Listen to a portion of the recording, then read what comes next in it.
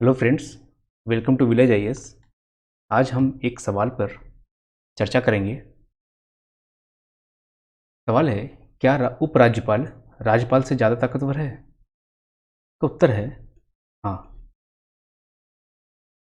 आपको आश्चर्य होगा क्योंकि हम आम जीवन में जैसे ही उप शब्द सुनते हैं वैसे ही हमें लगता है कि यह कोई अधीनस्थ होगा। ऐसा हमेशा होता नहीं है। उपराज्यपाल का संविधान में जो इंग्लिश वर्जन है उसको लेफ्टिनेंट गवर्नर कहा गया है। ठीक है। अब उपराज्यपाल अगर राज्यपाल से ज़्यादा ताकतवर है तो आप पूछेंगे कि कैसे। देखिए, संविधान में मैंने पहले बताया था कि 22 भाग हैं। कितने भाग हैं? 22 भाग। भाग जो 6 है और भाग 8 है। भाग 6 स्टेट है यानी राज्य। इसके तहत अनुच्छेद 153 के तहत राज्यपाल है जो मंत्रिपरिषद की सलाह पर कार्य करता है। भाग 8 में है, शीर्षक है इसका संघ राज्य क्षेत्र,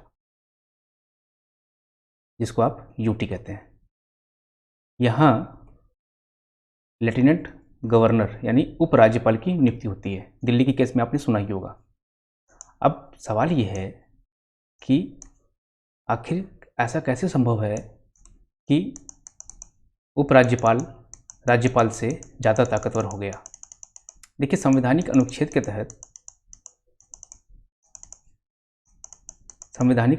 के तहत अगर आप देखेंगे,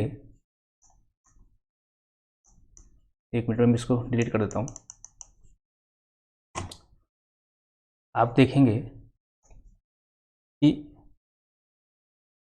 जो दिल्ली का सीएम है और यहाँ लेफ्टिनेंट गवर्नर है यानी उपराज्यपाल। यहाँ राज्य का सीएम है और यहाँ गवर्नर है। अब सीएम इसको कोई सलाह देता है तो इसे मानना पड़ता है। हालांकि एक बार यह इसे लौटा सकता है, लेकिन दोबारा भेजने पर इसको मानना मजबूरी है। लेकिन इस केस में सीएम अगर इसको कोई सलाह दे तो यह जरूरी नहीं कि मान ले। ठीक, यह अगर इसे वह सलाह नहीं माननी है तो वह राष्ट्रपति के लिए आरक्षित कर लेगा। राष्ट्रपति के विचार के लिए आरक्षित कर लेगा, यानी कि उस बिल को, उस एक्ट को अपने पास रख लेगा कि मुझे राष्ट्रपति को भेजना है। अब जब तक राष्ट्रपति का फैसला नहीं आता तब तक जो लेफ्टिनेंट गवर्नर का विचार है वही सही माना जाएगा। अब इस स्थिति में एक अजीब सी चीज हुई। जब आप संवैधानिक पहलू को देखेंगे तो आप एक लाइन आपको आश्चर्य करेगी। क्या है वो लाइन?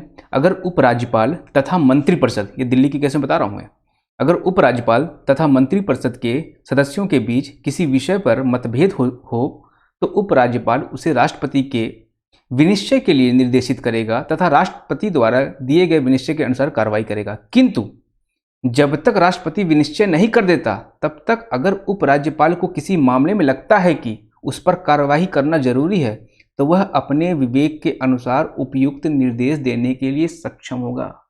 यानी कि अपने विवेक के अनुसार कार्य करेगा। विवेक के अनुसार, इसका मतलब क्या हुआ? सीएम ने कुछ कहा, लेफ्टिनेंट गवर्नर का विवेक उससे सहमत नहीं है तो फिर वो बात नहीं मानी जाएगी। इसीलिए आप देखते होंगे कि दिल्ली में सीएम जो है अरविंद केजरीवाल हैं, इनकी टकराहट हमेशा लेफ्टिनेंट गवर्नर से होती रहती है क्योंकि संवैधानिक उपबंध इस तरह से दिए हुए हैं। अब आप एक चीज पर और जरा गौर कीजिएगा। इस स्थिति को लेके अभी पिछले साल एक कानून पास हुआ। उस कानून का नाम है government of national capital territory. आपको पता है दिल्ली को एनसीटी कहते हैं। ठीक है। अब चूंकि यहाँ पे जैसे मैंने एक लाइन अभी आपको बताई, उस लाइन में कोई भेद न रह जाए तो सरकार ने क्या किया? सरकार ने सीधा लिख दिया कि दिल्ली सरकार का मतलब, किसका मतलब? दिल्ली सरकार का मतलब उपराज्यपाल होगा। झंझट ही खत्म हो गई।